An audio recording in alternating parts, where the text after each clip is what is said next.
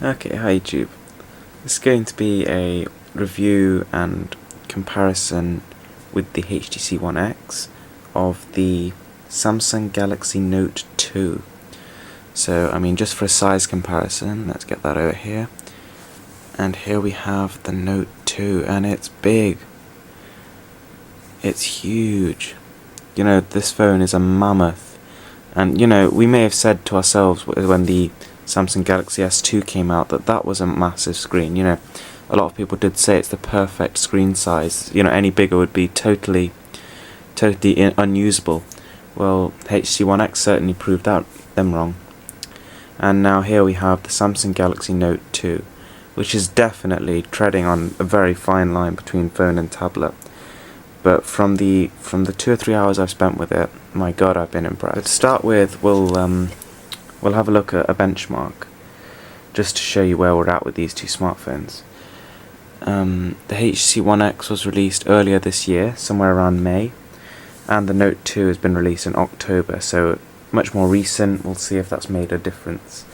But they are still in the same kind of league of smartphone, both high-end, you know, fully fledged smartphones from competitive companies.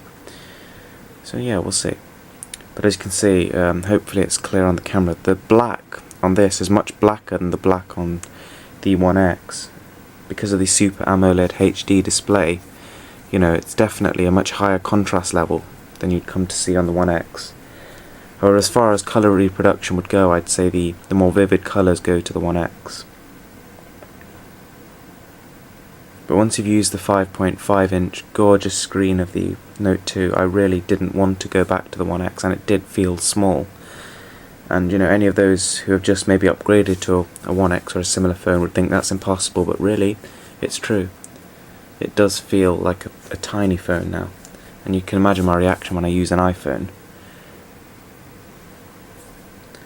Okay, so here it is. HTC One X with a very solid score of 5,921, and here we have the Note 2 with an even better score of 6,374. So, as you can see, the Note 2 is ahead, but as that benchmark would suggest, they are definitely not, you know, it's not blowing the other one away by any means. But what I would say is, firstly, the Samsung has some extra features which I'm going to talk about in a bit, and also the fact that I would say also the benchmarks are not totally representative. So to start with, let's have a quick look at a game, which is Modern Combat 3.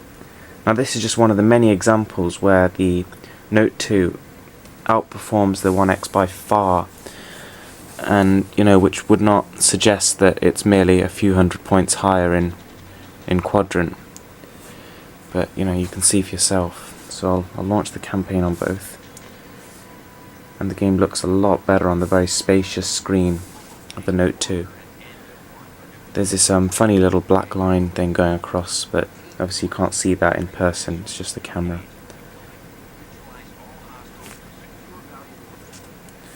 So let's have a quick look at this. So as you can see, the gameplay is not smooth. Far from it. We're running at maybe 20 to 30 frames per second.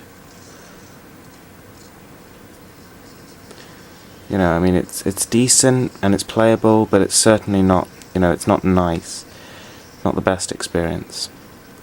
And as soon as we go to the Note 2, you see that it's a much smoother gameplay experience. You know, it feels like it's playing at a full 60 frames per second, and it does feel and look better just because of the fact that we're playing on such a huge display. You know, your fingers don't get in the way of what you're seeing, as it did with the One X. So really, really good phone if you're into games like that, and even just casual games, things like, you know, Rayman, if you're into that. You know, they both look amazing. So, talk about specs. In the HTC One X we have a 1GB of RAM, whereas in the Note 2 we're actually doubling that with a whopping 2GB of RAM, which is the highest that has been seen on any smartphone. On top of that, it's got the quad-core 1.6GHz Exynos processor, which is a far more updated version. Well, it uses a far more updated ARM processor than the One X Tegra 3, therefore it is more powerful. However, it's coming quite close to the release of the next gen A15 chips, and you know, they will probably make these ones redundant, but for the time being, you know, it's a very strong performer. So as you can see, we've got very different Android overlays here. We've got Samsung's TouchWiz on the right, and HTC's Sense on the left. Now, whichever one you prefer is almost always just down to personal preference, but I would just give my opinion and say that HTC Sense is more customizable. You know, you can change your skin, you can change your theme, there's a lot more tweaking involved, whereas Samsung is focused on being very simple and very slick. So I mean, that's just a very quick summary, but you know, the Samsung is very, very smooth, and so is the HTC, but the focus on Samsung is, focus with Samsung's TouchWiz is just simple and effective, rather than just overly sort of personalizable, if you say that. So now let's just have a quick look at browsing performance. So we'll use the stock browsers on both phones, and I'm just going to start by saying the Note 2 is fast. What are we doing? So we'll visit Apple's website as per usual.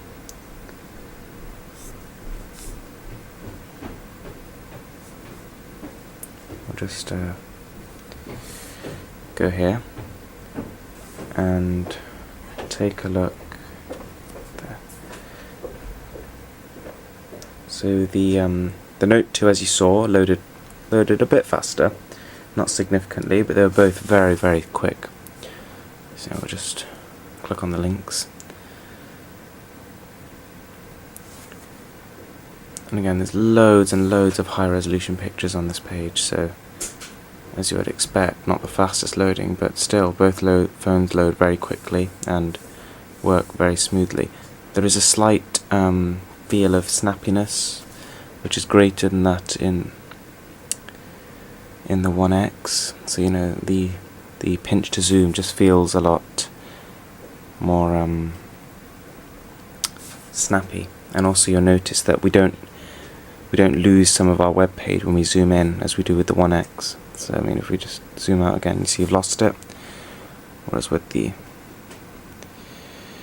Note 2, that's not as much of an issue. You know, you can quite happily zoom in and zoom out, and you've still got most of the page.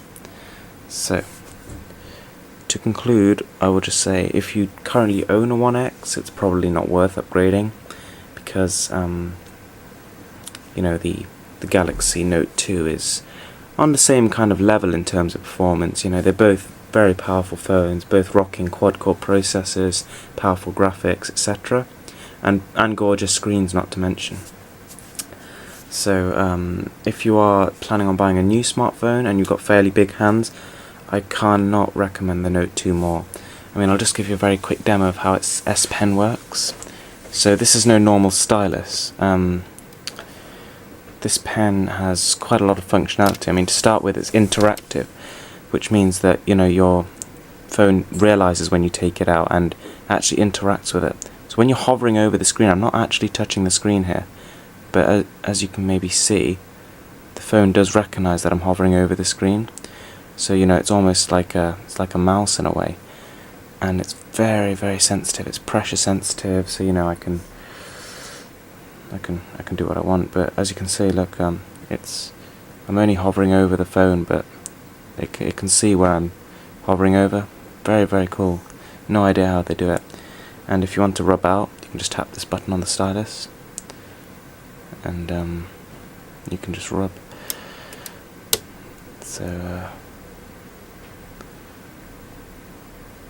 really, really cool. It's great for people who are into art and that kind of thing, you know.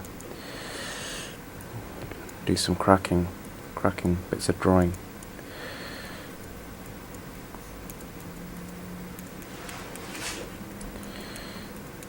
It's very easy to use as well.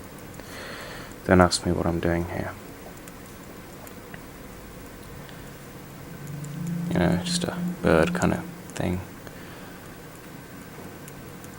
No idea. But you know, it's a really, really responsive and interesting alternative input method which works really effectively. and also the camera on both phones is fantastic, but it's going to be difficult to give you a demo here.